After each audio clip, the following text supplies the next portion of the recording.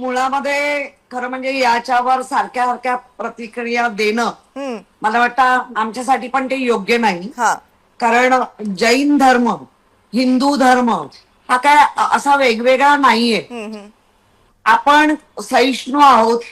आपण किडी मुंगी पासून सगळ्यांचं जीवन जगण्याचा त्यांना अधिकार आहे आणि तो अधिकार जेव्हा नैसर्गिकरित्या ते मिळवतात. हो. पण आपणही थोडंफार एक आध्यात्मिक बेस म्हणा, आपल्या धार्मिक भावना म्हणा, परंतु आत्ताचे चित्र उमटतंय ते अगदी असा हा पक्षी जो कबूतर हा पक्षी आहे हा फक्त जैनांचाच आहे असं काहीतरी एक चित्र उभं राहत आहे.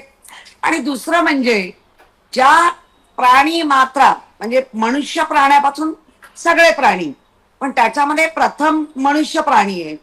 आणि जर मनुष्य प्राणी आहे तर त्या आजूबाजूच्या लोकांना जो त्रास होतो, जे डॉक्टरांचा स्वतःची जी मतं होती ती मतं जेव्हा कोर्टात गेली आरोग्य विभागाची, त्या अनुषंगाने कोर्टाने तो निर्णय दिलाय. आपण लोकशाही देशात राहतो. आपण संविधानाला मानणारी लोक आहोत आणि मानलंच पाहिजे. या सगळ्या गोष्टीचा जर धरलं तर काही ठिकाणी असं दिसण्यात येतं की जैन धर्माची जी मुनी आहेत ते खूप लहान वयात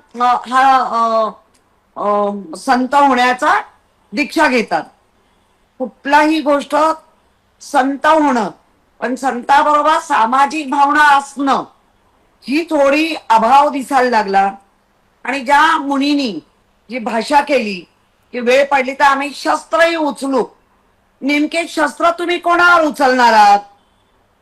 कोणी तुम्हाला विरोध केलाय? तुम्हाला विरोध केलाय कोर्टाने, म्हणजे कोर्टाकडे जे दाखले गेले त्याच्यावरून. सरकार आहे केंद्रात तुमचं, राज्यात सरकार आहे तुमचं, तुम्ही शस्त्र नेमके कोणावर उचलणार आहात? पोलीस दिलेले जे आदेश आहेत त्याचं पालन करतायत. त्यामुळे प्रश्न असा पडतो तुम्ही शस्त्र कोणावर उचलणार आहात?